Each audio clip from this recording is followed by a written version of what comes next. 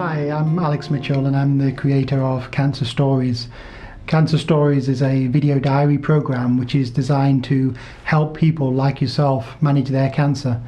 And the key aim is to record previous patients' experiences, really a wide variety of cancers. And these are patients who are genuine, real patients from Leicestershire who've given their consent to allow us to record their story onto DVD or the internet. What we ask those patients is really to give a brief account over 30 or 60 minutes. How did they manage with their diagnosis? And hopefully by watching their account you'll be able to pick out some common themes from one or more of those videos. And those common themes might be things like what resources are available locally or nationally, or how do families cope, or how do people themselves manage with those awkward stages, either the initial diagnosis or the complications of treatment, or perhaps psychological and emotional complications which are sometimes overlooked. So overall, we hope that by watching the video diary program you'll be able to take some positives from other people's accounts, and hopefully that will help you better cope with your situation, whatever that is at the current time. Thanks for watching.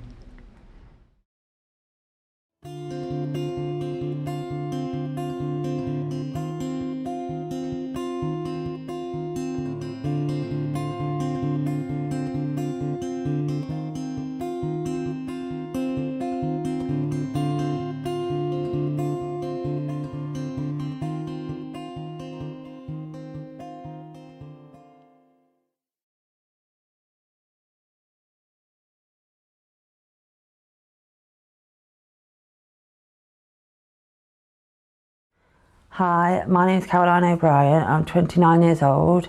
I grew up in Loughborough. I went to Garrington and Burley High School. I do hairdressing as a career. I have a little boy who's called Jack and he's 5 years old. I've got quite a big family, built up from other families, divorces and things like that. My mum's been married about 3 times. So I've got a brother, proper brother. I've got 2 half-brothers, 1 step-brother. And then I think my nana, last count, she had something like 32 great-grandchildren. In the last few years I've been really busy with my self-employed work, building up to eventually hoping to go back to work full-time for myself. It was just working on the Gruby Road in Leicester, doing really well. And I was literally going to just sign for a property with a partner to open a hair and beauty business just before I got diagnosed this January 2013.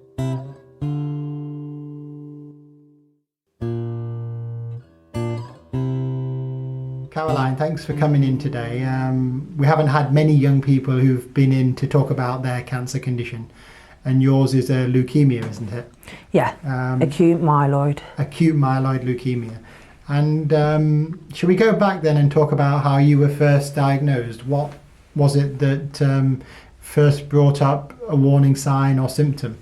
For the last, from about November to December time, I started coming down with a lot of colds and viruses and mouth abscesses.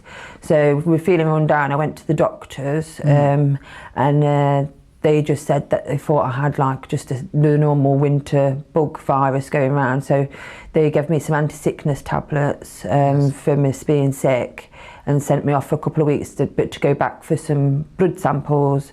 But before I managed to go back for the blood samples, I started losing my vision. So I went back to the Loughborough Walking Centre, and they thought again it was just because I was so dehydrated and stuff, that to go home, drink plenty and get a few days good in bed. So I did that. I was in bed for about a fortnight, and then literally just got to the point where I just said to my mum, I said I just feel awful. And I managed to go to work on the Wednesday, and I did do a client's hair, did a colour and everything. Felt a bit weak, and I just always felt like I just had a rotten cold, like nothing like major. Yeah. And then when I'd done a blow dry on her hair. The hair dryer must have been that warm, it made me pass out. So my client went off, and then my friend who I worked with, she does reflexology. So she asked me to jump up on a couch, and she said, I'm going to feel your feet and find out what's wrong with you, because you've not been right and you look ever so pale. And she was just touching my feet, and she started crying, and I felt stupid, I didn't know what she was crying about. And she said, oh, if I didn't know you, I just feel like I was touching a dead body. And she said, I need to ring an ambulance. And I was just like, yeah, whatever, like. I thought she was being a bit overdramatic. Yeah. And then, but I'd already rang my mum to come and pick me up because I didn't feel safe driving. And she said, oh, can your mum take you to the Royal? You need to go in, something's not right. And I said, oh yeah, we'll go. And then when my mum turned up, she just said, oh, can I have your permission to ring an ambulance? I just don't feel something is wrong, and I'm getting very bad vibes. And I just thought it was a bit of a witchcraft stuff that she does. So I just said, I've always said to her for a joke, you're never touching my feet, because you'd always tell me I've got something wrong with me. And she did. So I went, brought in by an ambulance, and they did my ECG. Yes, the heart. Yeah, found out that it was pumping too much or something. The pressure was low or something, but it wasn't enough blood in me, I think, or something. So they did my blood samples and said that I needed 3 bags or measurements of a transfusion, so I had to have 3 blood transfusions. And I felt actually back to normal after they gave me those, because I didn't realise my haemoglobin had gone down to 5. Wow, that's low, yeah. Yeah. Normally it would be above like 10 at least. Yeah, 8 I think they said is when you need at least 1 or something. Yeah. So they said they didn't know how I managed to stay on my feet so yours anyway. was almost like half the regular level. Yeah. So when they gave you that blood, you felt like symptomatically, I just felt like everything disappeared. I felt like back to normal again. They hadn't actually got to the bottom of it at that stage. No, they took me into a cubicle then, which as I was drove into the cubicle, I did notice the cubicle was 2013. Oh, no, it was 13, and then I thought to myself, this is year 2013. This is not good. So I don't think the number 13 is very lucky for me. And then I just lay there, and she come and I think it must have been a doctor, because it wasn't just a nurse. She was just coming and asking to do loads of other tests to me and things like that, and how I've been describing how I've been feeling, and any of these, like where these bruisings and things have been coming from. And I just thought it might have been from the odd bottle of wine one night when I'd been out with my sister-in-law and then fell over or something like that. But no, she did a test, and then she said there is a strong possibility that you've either got lymphomic or leukemia, but it could also be just a really, really bad virus. But I was kind of like, as soon as she said leukemia, I've got 2 friends that have had it before, I just knew straight away. And my mum was a bit more like, oh no, it's a virus, it's not going to be anything else. And I was just like, no, I just know it is. I said, I've known 2 friends. I said, and it's weird that I know 2 people that we've all grown up together. I said, because you don't really know if anybody that suffers the same thing. So what was the next step then? They thought that was provisionally the diagnosis. Yeah, I had to go straight up onto the ward, finish having all my bloods. I think it was ward 16. And then the next day they took me into a private room. I had to be isolated from people because my bone marrow had failed, like my immune system. I was at a high risk for infection. So then they took me for a bone marrow biopsy. Which I kind of think, I'm not sure, but they asked if they could take 2 samples for a trial, which also made me think that they thought it definitely was leukemia as well, because I thought they're obviously just not, they don't really want to make me go back in and have it done again. But I was fine with that. I know people have said it was painful, but I didn't know what to expect, so I just thought I've got quite a good pain threshold. So, but even though I must admit that was quite uncomfortable. But the gas. People worry about that when they hear about the bone marrow biopsy. Yeah, but you forget about it as soon as it's done. Like the gas and air, just definitely recommend that. I think it just made me feel like I was going to sleep. Yeah. So every time I have one of them done now, I just look forward to the gas and air. Yes, as an anaesthetic. Yeah, that's it. So you were on the wards, and then did they break the news to you in my room. In your room? Yeah, they said they'd be back at 4 o'clock, the results, to come and tell me then. But my parents weren't available till about 6. So it was about 6 o'clock when my partner, he turned up with my little boy, and I think my dad was working away for it. I think it was my stepdad and my mum. And straight away they come in, a lady and Hunter, and I could just tell when as soon as she walked in the room, she just went, "Oh, I'm so glad you've got all your family here."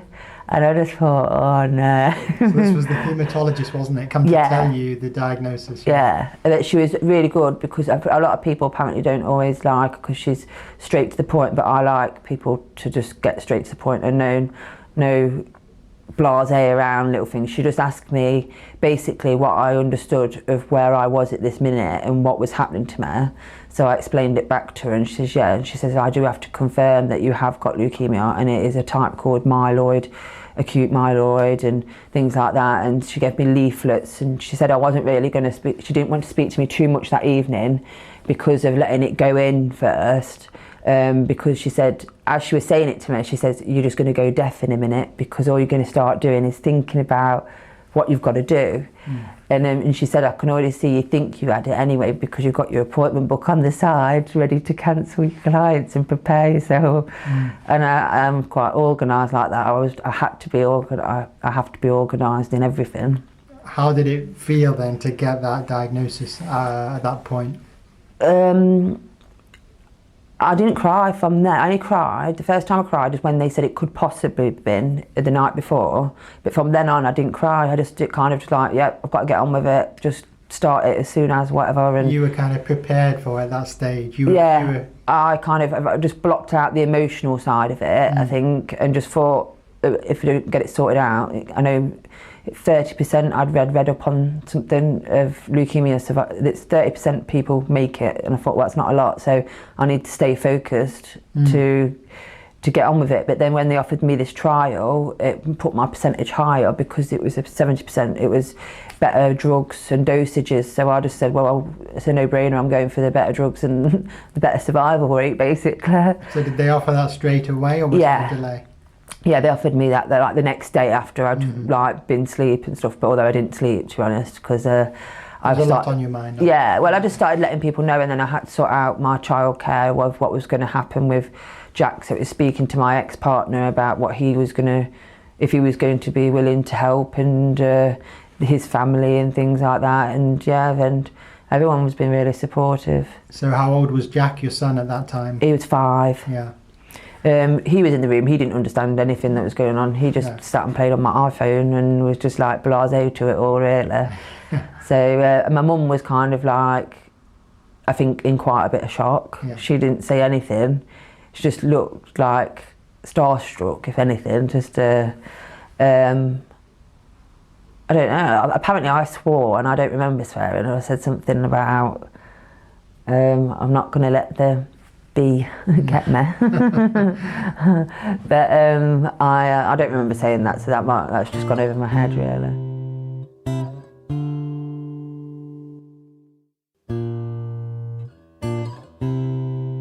So you were in hospital, you just received the diagnosis, there's a lot to think about. But it turned out you were actually in hospital for a long time on that first occasion. How long did it turn out to be? It was in total 6 months, but I got like the odd couple of days at home here and there, but only when I wasn't neutropenic, which wasn't very often, because my bone marrow wasn't bringing my blood cells back up. And talk us through briefly why you had to be in that long time. Because the type of chemotherapy I had was stronger.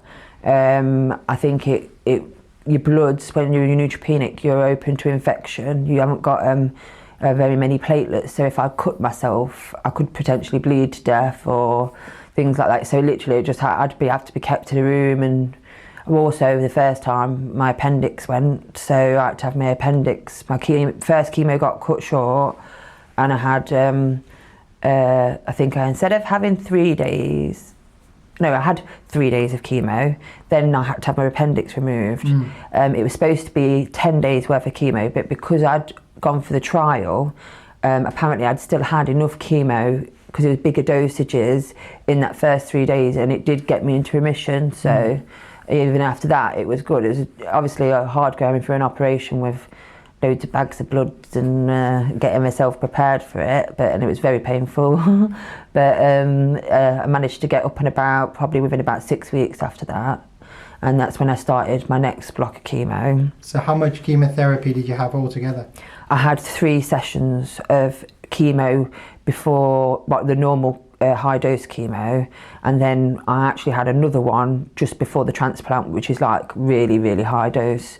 So like I've had 4 kinds of chemo, but I think all 3 of them, the first ones, were slightly different.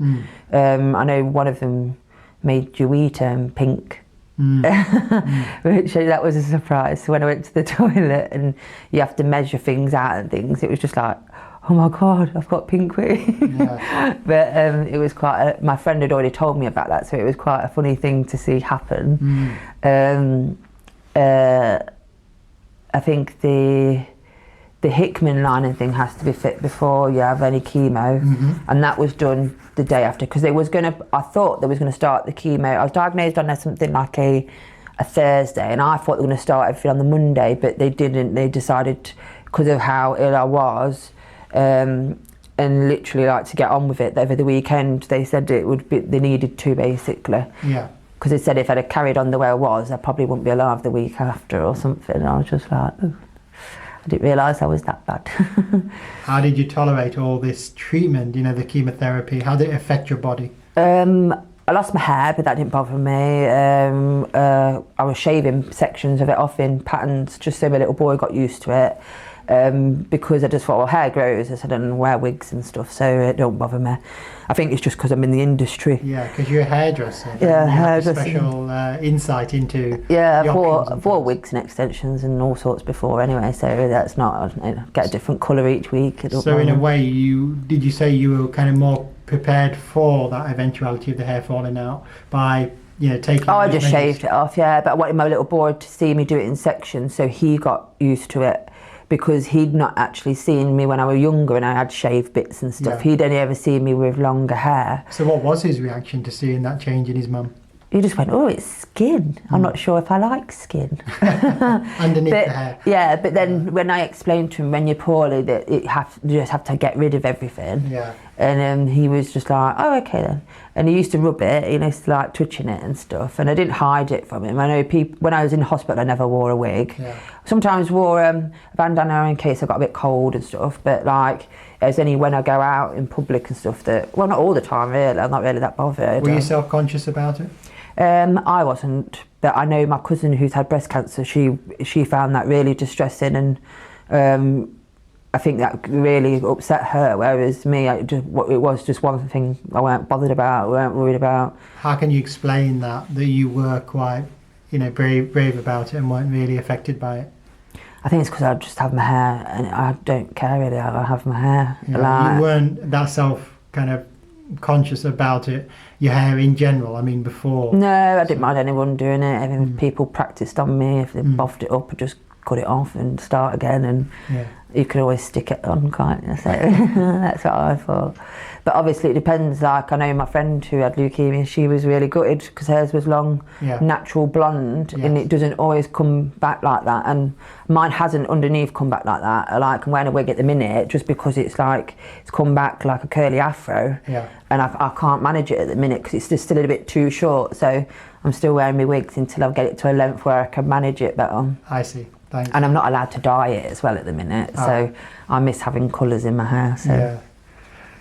Go back then to how the chemotherapy was affecting your body. Any other major problems? I didn't suffer with any sickness at all, didn't affect my eating.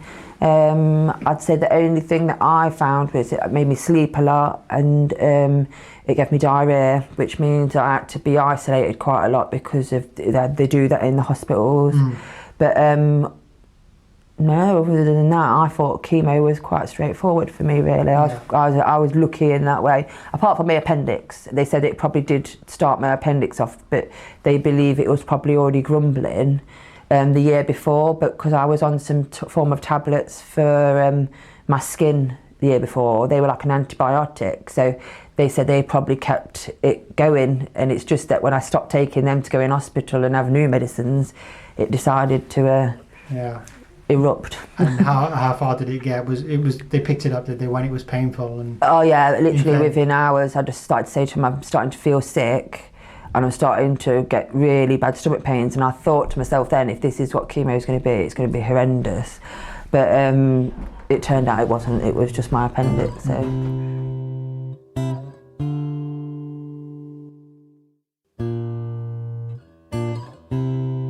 So you had this quite intense chemotherapy, your body was tolerating it quite well, but you were still kind of stuck in the hospital. What was it like to be stuck in the hospital that long, and how did you manage to make arrangements to see your son and your partner? Well, my partner, he was off on the sick at the time through anxiety that he'd been suffering from. He had a really bad breakup from his last partner, and he didn't get to see his children a lot because they're living across the country from each other and things like that. So he wasn't actually working at the time because of his anxiety, and he used to come in every day and sit with me. And I think if I didn't have him there to come in and sit with me, it would have been a hell of a lot harder. I couldn't concentrate on watching telly or reading books, magazines. People used to bring them in word searches, I couldn't do them, anything all like these that. kind of distraction that they say get loads of. I just couldn't do it. The only thing I could do was ring people, or Facebook was the only thing, is where you can see be nosy to what other people are up to, and then let people know how you're getting on. And that's actually a very good tip, because if your concentration is not good, attending to written material is hard, but attending to a real person who comes to visit or something, that is more intuitive, it's not so tricky. I tried to have about 3 visitors a day. Yeah, that's a lot, and they said that was quite a lot, but I just said it was the only thing to keep me going. I said I'm lucky that I've got even my clients came to visit me. I didn't mind who anyone came to visit, as long as it broke my day up, because otherwise, and the days where you had nobody, they were long days, very long days. Definitely, and you're not well at the time. No, you're in a restricted environment, and well, you're put into a routine as well, so you have to get up at 8 and have the drugs that they give you at 8, then they have breakfast, and sometimes you don't always want breakfast then, and then they're wanting to change bed, and you're just like, oh, for God's sake, go away, just leave me alone. But they learned after a while that I wasn't really a person that wanted to get out of bed till at least 9 o'clock, so they always used to leave me till last. Did you were you allowed to leave the bone marrow transplant ward or the oncology ward and go to the other parts of the hospital? No. You were restricted? Because being neutropenic, you're not, like, literally you're very, very high risk for any infection or anything. Now your son obviously was involved, but you were kind of restricted to how much he could come in. Yeah, he could only come in once a week, sometimes twice if it was a special occasion, like his birthday or something like that. But normally he'd only stay for about an hour or two, because he was so young. He didn't want to stay for loads because he didn't understand it, and there was nothing there to keep him majorly occupied. So he just used to play on the computer with me and sit and talk. But I always found he liked to be on his own with me rather than with loads of people, because I don't think he liked. I think he just wanted me rather than everyone else to go with it. But we Skyped all the time, every day. Oh wow, that's brilliant. So how did that work out for him? Because that's... Oh, he loved that. He always used to just go and sit in my mum's computer room and Skype me and chat away, and he'd be like, oh, what cushion you got today? And because I had my pillow cushion printed with his face on it, and then he had a pillow cushion printed with my face on it. So we both still went to bed together at night with each other. That's sweet. So even at 5 years old, he could actually do, chat with you and grasp the Skype thing. Oh, he knows how to work an iPad better than me, That's amazing, because that's the technology these days, isn't it? So you had that video chat that was available. Was it with video? Yeah, Skype. So, Because you can have audio only if the bandwidth isn't that good, but you had the video. Yeah, I just brought through the hospital their Wi-Fi thing. And it's good that they allowed that as well through the hospital. That's a tip as well for us to take on board. And then you had that great support from your partner who was coming in regularly as well. Yeah.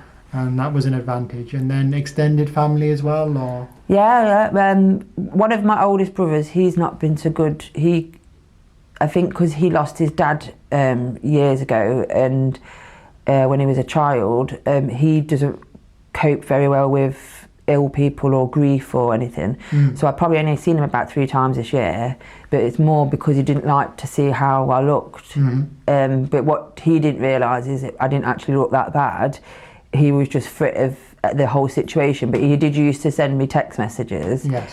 But he wouldn't like to see me just because he couldn't feel comfortable with it, which was fine. But all my other brothers and stuff, one of them would, the one I didn't think would be that supportive was there all the time. I used to tell him to stop coming. That raises an interesting question to me about your brother's reaction.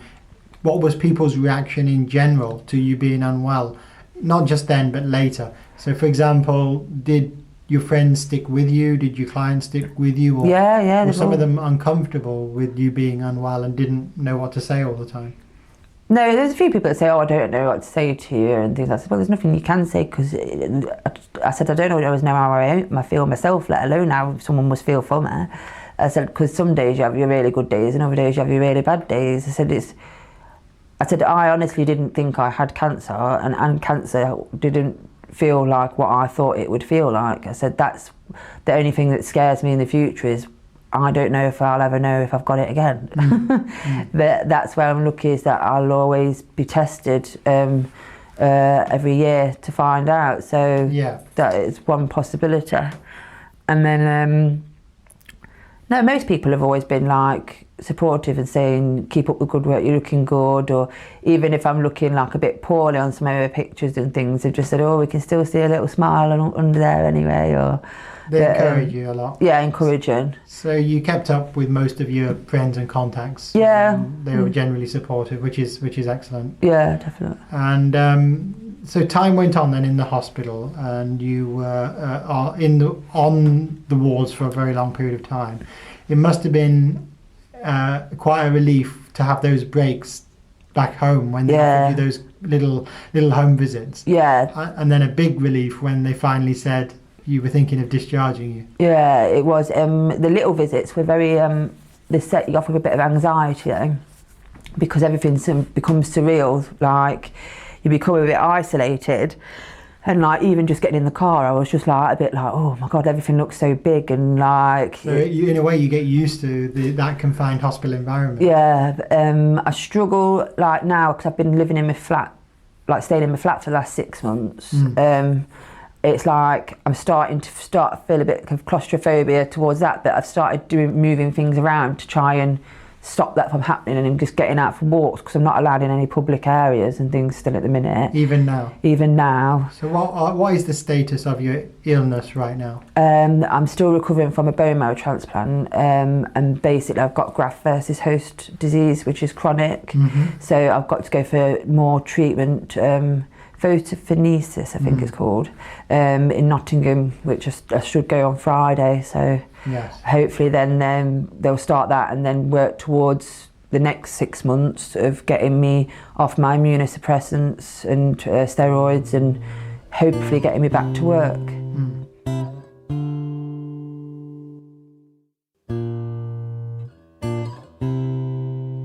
Let's talk now about the bone marrow transplant itself. So exactly what it involved.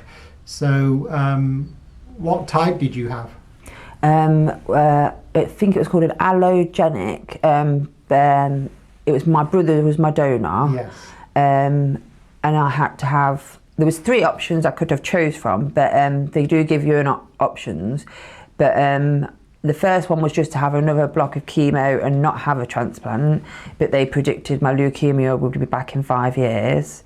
The second one was to have just a higher dose of chemo and new stem cells put in of my brother's. And but they said if my bone marrow started growing back, then the possibility is that, again, leukemia would still come back, or to go for a cure with a full body radiation and a high level dose chemotherapy, which is what I went for, and that the radiation side of it, like, that's not painful or anything, it's just the side effects that the painfulness. So you don't feel anything when you're in the room having that done or anything. You just lie in, well, I lay there with a plastic shield across you, and then you have probes on you, and then bits of lead, I think they use, to make like the beams like denser in some areas than the others, because obviously your bones are all different sizes and tissues, and they said by having the radiation that should kill anything in my bone marrow that they need to get rid of, like leukemia first. It left me with graft versus host disease, which I was warned about, but I didn't think I'd be as bad as what I was with it, because it was my brother that was my match, and normally you don't, if it's a family member, you don't get it as bad. I did get it within the first 100 days, but because it's been past my 100 days, it's now turned to chronic. So it's starting to affect like my mouth inside. It's always very dry, and things don't taste the same. I get like a red rash on my hands and my feet, so wearing socks is a bit uncomfortable. I can put a bath of like warm water, but when I put my hands and feet into it, it feels like it's scalding. So I have to be careful, like doing things like that. I get a lot of flaky skin, and when they try to take me off all my tablets, I end up flaring up like with bright red patches everywhere. But what actually is graft versus host disease? It's where my brother's cells that have gone into me, most of them like me and they're getting on all right, but there's some viruses that his cells don't recognise in my body, so they're actually fighting and almost like attacking the tissue, because they just don't know, there's nowhere else for them to go. So they literally need to, they either burn out or they need to be removed. So that's why I'm going for the photopheresis, I can't think, photopheresis, I think it's called, in Nottingham. So they'll drain, it's a bit like what I think looked like a bit of a dialysis machine. It like drains the blood out in sections. They mix it with a chemical, and then they use an ultraviolet light, and it pops the T cells that are causing me all these problems. And hopefully that'll, it will, not necessarily, they don't necessarily it will cure it, but they'll make it more manageable to live with, because it means that things like, at the minute I can't work with chemicals, or I can't use anything with perfumes in. Everything has to be natural, because all that irritates your skin. And like, I can't dye my hair, so that's why I wear a wig. And being a hairdresser, I'm not walking around with my natural coloured hair. So it causes you a slight problem at the moment? Yeah, for my career it is at the minute, because it means I also might not, if I say they can't cure it, and I have to stay on some form of immuno-suppressant, I won't be able to work in a salon environment, because I will always be high risk for infection. So, but it doesn't mean I can't do my job. It just means that I'll probably have to stay mobile and go to people's houses, rather than being in a salon environment, which it's just one of those things that you just have to adjust to in life and carry on and do. How successful do you think the treatment's been overall for you so far? Well, so far so good. Like, I just took another bone marrow sample the other day, so hopefully when I go on Wednesday, I've still got a remission clear. So, but they keep checking. It's more the shapes of my cells that they have to keep checking, because it molecular level, they'd like to check for, to make sure none of them start to grow deformed. It's not necessarily leukemia or anything, but that's where the graft versus host is a good thing, because it recognises leukemia as a cancer and it kills it. So to have graft versus host is good, but not to have it long term. It can cause a few problems. Yes.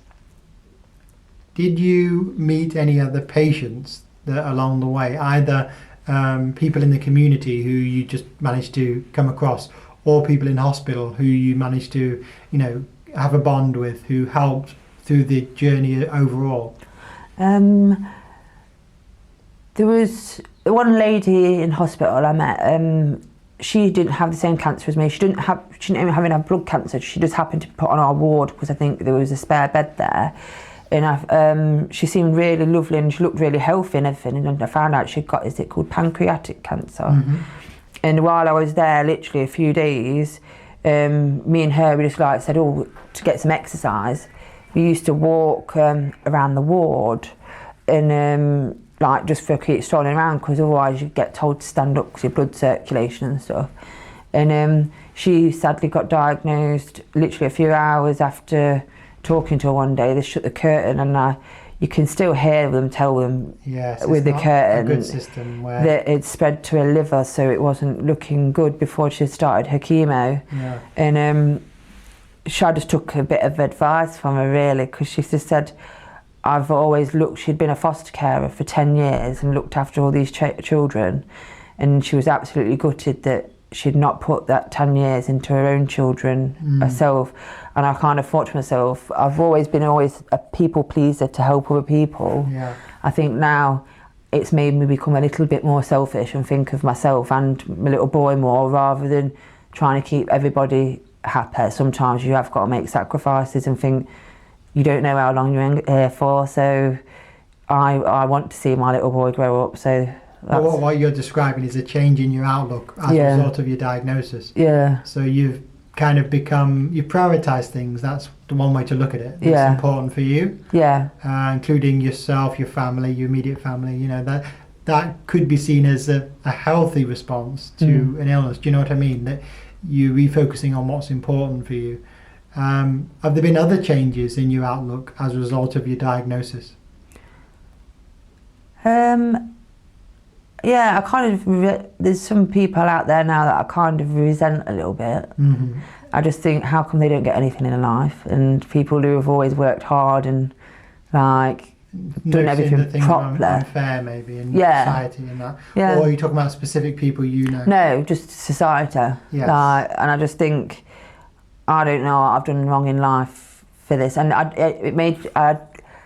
I've never really been religious. I've been christened and stuff, but I don't understand that if there is, I mean, it depends on how people see it, but I don't feel that if there is a God up there, that why would he make people go through so much pain to make people learn lessons and do this, that. It just, to me, it's cruel, and I just think that it should have been an easier way for me to have learnt something from this, surely.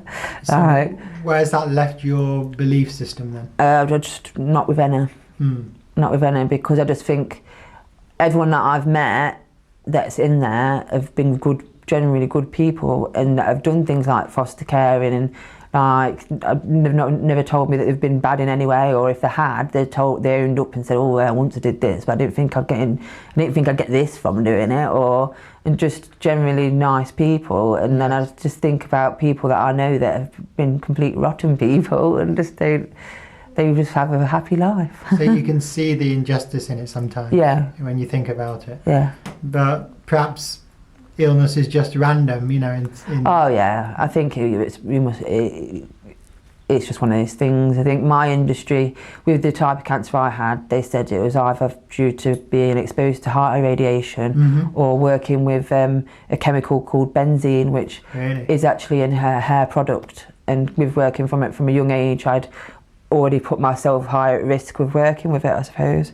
Have you looked into that, like whether there's evidence for that? I've researched it, and it is in hair products and things, but whether it's proven that it's from that caused it, it's proven if of radiation, they can't determine which one, because I don't really recall being anywhere around that I know would be causing radiation. Let's say your mobile phone and things like that, but surely everyone would be coming down with leukemia, and it's actually quite rare. Yes. But then again, I look at my friends and think, I've got 2 friends with it, and another one actually is a hairdresser, and another one was a beautician. So whether it's chemicals in dyes and things, but then again, would people who have dyes on their hair be coming down with it as well because they're inhaling the fumes? Exactly. So I don't think the causes in most people are really known. No, I don't think you'll ever know why it's happened. And on an individual level, why it was me, it's very hard to say, isn't it? I don't think you could.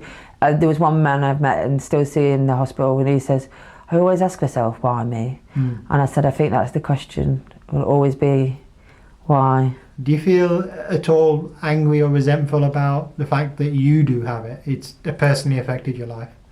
No, because I'm quite like, I knew, I didn't feel like it was my time to die or anything like that, so I actually didn't actually contemplate ever being, that there wasn't going to be a good ending, because I don't know, I just thought that when I've seen on YouTube people, when they're saying like, oh, I found out I'm terminal and things like that, they almost just look like they've given up, whereas like, I'd be like, if even if they told me that, I don't think I'd be like that. I'm not that kind of person. Are those real accounts you're talking about? Yeah, and sometimes I found it good to watch things like that on YouTube, because theirs was so to the level where there isn't anything else, but a lot of them did have beliefs in like their religions and things like that, which obviously helps some people through what they're going through, but it didn't help me in those ways.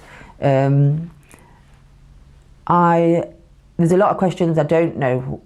I don't get why it's happened. It's things like, how come, like, I know I've had to have all this treatment to keep me alive, and that I didn't want necessarily any more children or anything, but now to have that decision now has been taken away from me, because I've got to go through the menopause now and I can't have any more children, and I think that's not fair. Like, that's being taken away from me, even though I didn't want any more. It's just that it's going to make things complicated in the future if it doesn't work out with my partner now.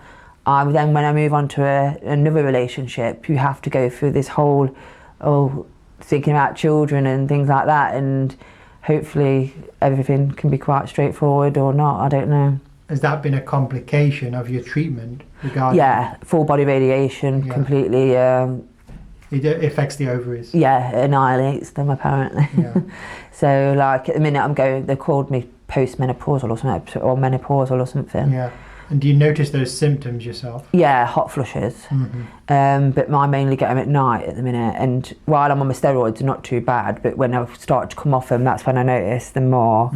And I get more anxiety and a bit of depression with them as well. But I've been taking citalopram. That's it. Citalopram. Yeah.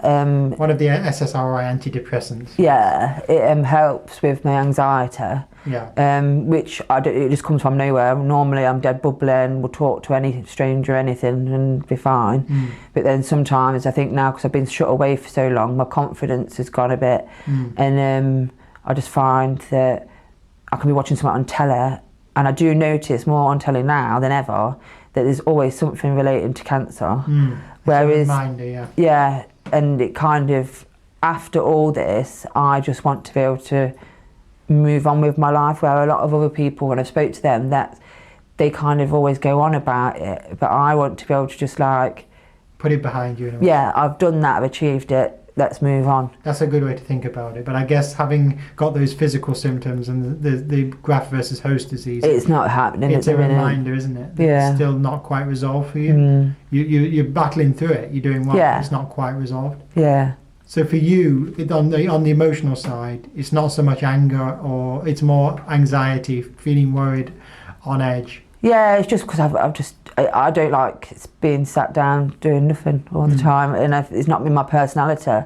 And I've always, if I used to have to take a day off sick beforehand, I always used to feel guilty for not getting my clients' hairs done and things like that. But I feel guilty for being at home when I just want to be out working. Sure.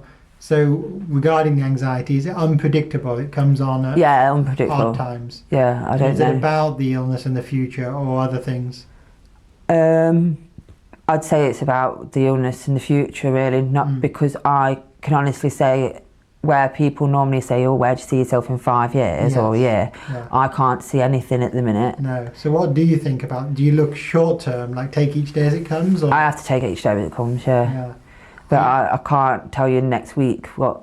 All I know is like what appointments I've got at the hospital. Yeah. I mean, you seem quite a strong person in your character, the way you come over. Does that mean for the viewer that, if you're thinking about anxiety or depression, it could affect anyone in a way? It does affect anyone. Yeah. I've only just recently gone on to them, and the doctor said to me that most patients will be on something, probably from the word go really, to start helping dealing with it. And they said I've managed to get nearly a year before it, and they said it's almost like it's just hit me type of thing. And I think it's because this time of year has been my busiest time of year in my career, and then now I'm doing nothing. I always feel like I'm missing out again on the build up to Christmas, because in hairdressing it's real good buzz in the salon and everything, like just getting, and everyone gets it. I always love fancy dress and the family parties. I can't go to anything like that, but there's some restrictions there. Yeah, there's like no alcohol. I won't be able to. I'm not allowed to mix with large groups of people because it's just bugs that people carry around. I've got no immune system. At the minute they said my immune system's like a premature baby, so I have to. It's got to relearn and grow, and I've got to be immunised with the MMR drugs and things like that when I get a bit maturer. I see. So you've got to go through that again. But your body's got to relearn that immunity. Yeah.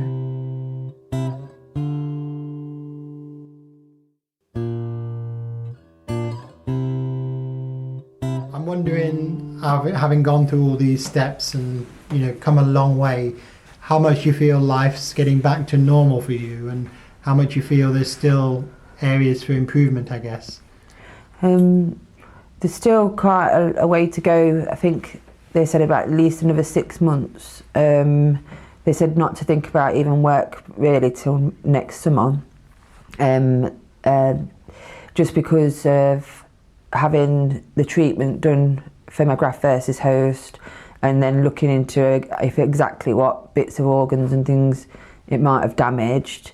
I can't really plan anything in the future, just because I don't, like, the only thing I have kind of said to my little boy is, because before I got poorly I wanted to take him to Disneyland. I said that would be the one in Paris. I said that is the first place we will go on holiday. So that is the bomb plan, but I just said to him it's obviously just when I'm better. So that's the little plan you've got. You haven't got a date for it because you don't know when it is, but I'm going. He might. Hopefully you're not grown out of it before that. Yeah, I'm sure. And I hear that he's getting quite well informed himself about, illness factors and what's going on. The hospital are really good. They actually gave me loads of books to explain it to him, but to be honest, he wasn't really interested in the books. He used to, like, when it was me and him on a time on our own, he'd ask me questions about what my Hickman line did. It's better to hear it live. And then he used to ask me questions, which was hard. He used to say, "Are you going to die?" And I'd say, "Hopefully not, but some people do, but Mummy's going to try and fight it and be strong. Mummy doesn't feel like she's ready to die." And my mum would be like, "Oh no, don't tell him that, just tell him that it's old people that die." But I said to him, "But no, that's a lie." I said, "I don't want him to grow up." I said, "Because if something does happen to me," I said, "he's going to think I've lied to him and might end up growing up affected by that." I said, "I'd rather him know the whole truth, even if it disturbs him a little bit, like that we can just get around it." But to be honest, nothing's disturbed him. He seems to be quite fascinated by it. And then towards the end in the hospital, coming to visit, he used to love it because they'd just keep asking for biscuits from the nurses. And so. But it's quite a poignant issue about him asking that very emotional question about whether you're going to be around in the future, and you feel that you should give it an honest answer, so that you've got all bases covered, really. Yeah, because it was quite hard while I was in hospital. His granddad died, and that was on my ex-partner's side, but we chose not to tell him. He knew he was in hospital, but he didn't know what for, and we chose not to tell him until I'd got out of hospital, because we didn't want him to think that once you go in, you don't come out. But we sat down and told him, and he just said, you can still see me, can't I? Because it was what all started when he learnt about the Easter at school, and that's when he started to learn about Jesus coming back from the dead and things like that. And that's what he kept saying to me, "But so if you die, you'll come back alive though, won't you?" And I was just like, No, that doesn't always happen. He goes, well, it happens on Sonic. And then I thought, oh, on computers, obviously you do have lives on Sonic. That's amazing. So that's why I believed I had to be honest with him, because otherwise if you didn't, I think he would have got confused quite easily. Yeah. But he's coped with it fine, and that honest approach probably, if he can process that. Yeah. He didn't tell anyone at school. He didn't tell his friends, because I asked him. He said, no, it's a secret. So he was obviously a little probably embarrassed about how I looked, I think. Yeah. Because I asked to go, one day I could go to his Easter bonnet parade. And I said to him, do you want Mummy to come? And he said, yeah, but can you wear a bandana? Yeah. And I said, yeah, that's fine. But that didn't bother me. But he obviously he wanted to protect me, I think, from people saying, oh, what's wrong with that woman? Or or something like that.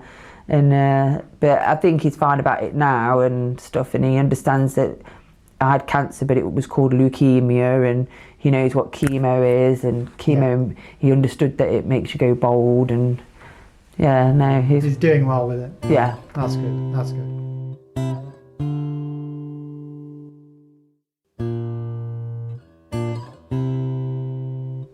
So I've heard you say about how the family have coped and how you've progressed, and even though you've still got some symptoms there, are you still facing any treatments or things in the future that you've got to still go through with?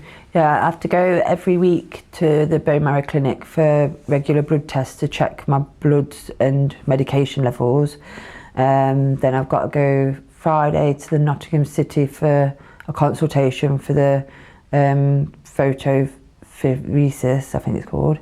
And then next week I've got to go for an endoscopy thing, camera down my throat, because I think the graft versus has gone to my stomach or gut a bit.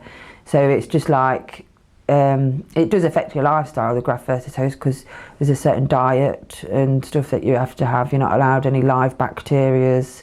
So what does that mean? Restricting yogurt or cheese? Soft cheeses, cheesecake, my favourite as well. So I've had to give that up.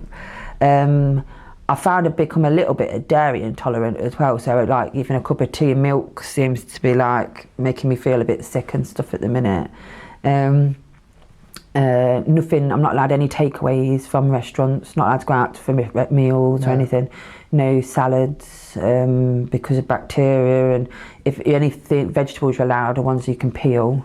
So you are restricted quite a lot with what you can have and things. Have any restrictions been there but been lifted so far, that they've eased a bit, or is this still heavily restricted? No, it's still the same. And do you have any time span on how long they think these restrictions will be in place? As soon as I start being weaned off my immunosuppressants, they should start to let me venture out a little bit more, because obviously I'm not allowed in the public and stuff like that. So not allowed to go food shopping, I have to do that online, which is frustrating when they don't always send you everything you want.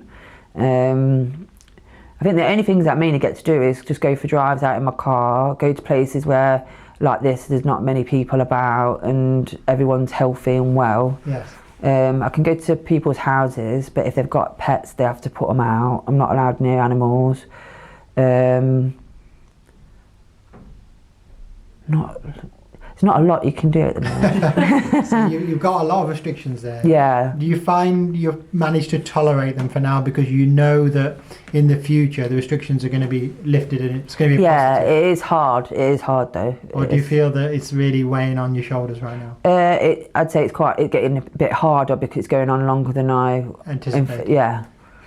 But I'm just trying to do things to my flat. I'm not allowed to decorate or anything, but like I just keep buying different pictures and hanging them up.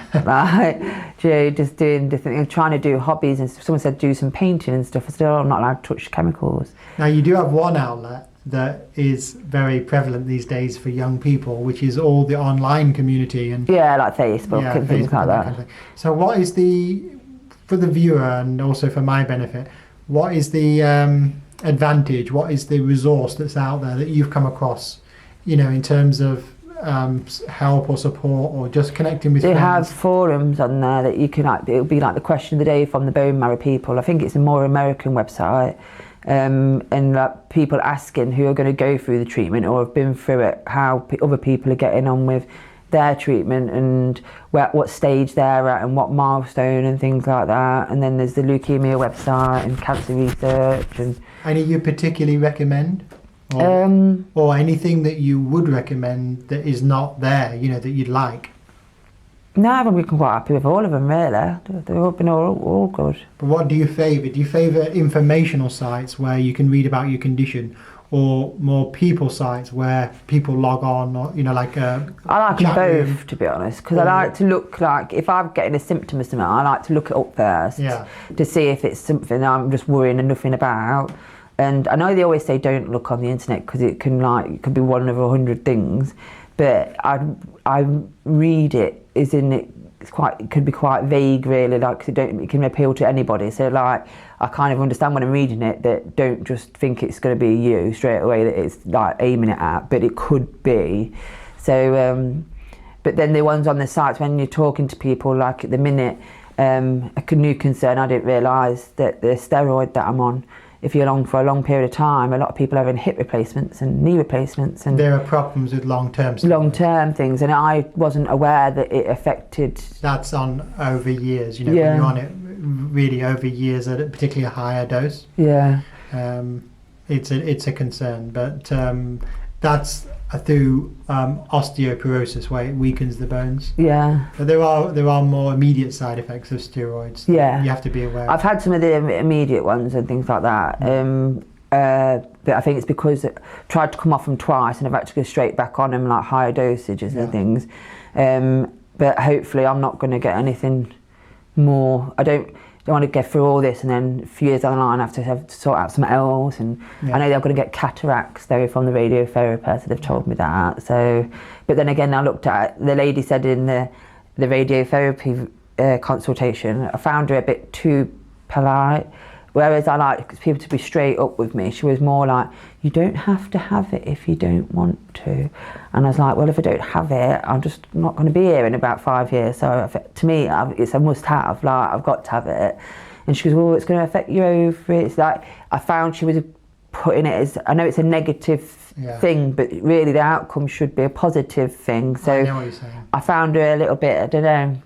My mum liked it. She liked that kind of bed manner, but to me, I just thought, no, like, don't try and make me not have it because I need to have it. I've got a child to think of. And I know what you're saying. There's different interpersonal styles for the clinician, how they communicate with you. And sometimes they're not always the one you want at that time.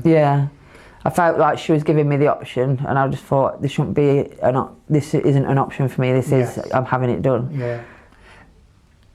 Now imagine a patient watching this who's new in the process. They're just starting with their diagnosis. Is there anything you'd want to say to them, or any advice or tips you'd want to give to them? Just try and stay focused on the main thing, and if you've got children, use them as your focus. Obviously, like, relationships, like, my partner's been absolutely brilliant, and where he suffered with anxiety before, we'd only been met 6 months before I was diagnosed, and I was helping him through a time of getting through his anxiety, which actually, a positive thing, he then put all his energy into me, which has now helped him set up his own business, have something to work towards, and it's gave him confidence, and it's gave him a need to make sure he can help look after me. So together, like, we helped each other, even though I was sick. I didn't see myself as being sick. Every day when people say, oh, how are you feeling? I'll be like, I feel fine. Like, oh, aren't you feeling poorly? I'll just be like, no, I just feel like, I'm still me. Everyone is saying they were like, I think they expected me to be different to meet. And I just said, no, like, I'm still me. I said, I still have a laugh and a joke with you. I might have no hair, but like, I just want to be treated like me. And I'd say try and stay as much you as you can, rather than getting into the system of being a patient. I just think try and stay and having a laugh. And try and resist that kind of low patient role. They call it sick role, where you just take on the character of being unwell all the time. Well, it's like for every day I was in there, they always used to say, "Oh, do you want us to help you in the shower? Do you want us to help?" No, I'll do it myself. And even if I couldn't do it myself, during the bone marrow time, I ended up on the morphine drip because it was so painful. The actual treatment. The only person I thought that I'd let me see like that was my mum, and I just said to my mum, "You'll have to help come and shower me, but nobody else. I don't want anyone else to do it." And my mum did come and do that, and that was hard for her. Yes, yeah. But I just thought, I still got up and went a shower every day. I think you get up and do those things, what you would do every day. Don't like lie there and just like waste away, because you've got to stay positive. Yes, definitely. Well, it's been a pleasure hearing your account of everything you've been through. I know it's not totally resolved for you. You're still fighting in a way. And I like your outlook where you try and kind of retain your personality and character, and that definitely comes over. It comes over to me. I'm sure it'll come over to the viewer, that even though you're still fighting your condition, your natural personality comes over, and that's great to see, because it shows that you're still trying to retain your life and your well-being outside of your illness. Not to be dominated by the illness itself. Oh, that's it. Yeah. So thanks for coming and sharing your story. I wish you all the best for the future. Take care.